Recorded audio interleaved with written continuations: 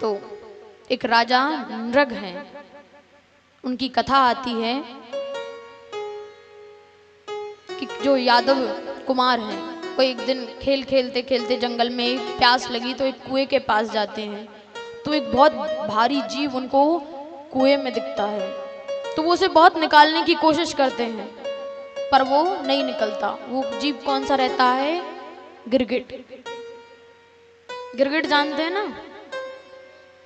हाँ, जो पेड़ पे होते हैं। तो वो उनसे नहीं निकलता। फिर भगवान श्री कृष्ण को बुलाते हैं, तो भगवान आते हैं और उसको बिना किसी उसके निकालते हैं, तो वो एक दिव्य पुरुष बन जाता है। अब भगवान जानते हैं कि वो कौन है, पर भगवान फिर भी पूछ रहे हैं कि तुम कौन हो? तो बोले महाराज, मेरा नाम राजा नृग है। मैंने इतना दान किया है, जीवन में इतना दान किया है कि शायद ही कोई मेरे जितना दान करे। मैंने गायों का दान किया, मैंने स्वर्णों का दान किया, हीरे मोती सारी चीजों का। तो फिर बोले कि तुम यहाँ कि तुमने जीवन भर पुण्य ही पुण्य किए हैं, बस एक पाप है।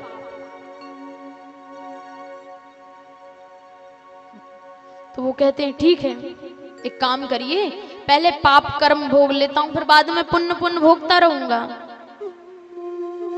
तो उस पाप कर्म से मैं गिरगिट बन के मुझे इस कुएं में डाल दिया, और जब मैं गिरगिट बना, मैंने ये कुएं में तमाम कीड़े मकोड़े खाए और अपने पाप इतने बढ़ा लिए कि आज मैं वही कर्म भोग रहा हूं। इसीलिए कहते हैं कि 1000 पुण्य लाख पुण्य हो, लेकिन ब्राह्मण के प्रति अगर इतना सा भी पाप हो जाए तो फिर उससे सिर्फ भगवान ही बचा सकते हैं। इसीलिए ब्राह्मणों का अपमान नहीं करना चाहिए।